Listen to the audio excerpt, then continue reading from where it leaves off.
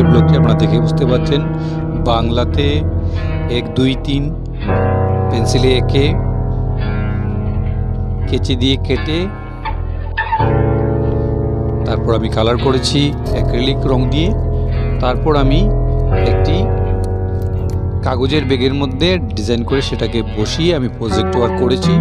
আপনারা ভিডিওর মধ্যে থাকবেন, ভিডিওটি দেখা মাত্র সবাইকে শেয়ার করবেন, সাবস্ক্রাইব করবেন।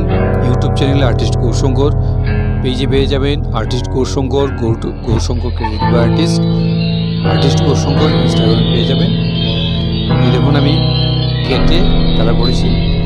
অনেক বছর পর আমি বাংলাতে 1 2 3 লিখেছি, ভীষণ ভালো লাগলো। এই যে দেখতে পাচ্ছেন সেটি আমি গ্লুর সাহায্যে আমি এই ব্যাগের মধ্যে বসিয়ে ডিজাইন করেছি। কেমন লাগলো আমাকে জানাবেন। নমস্কার।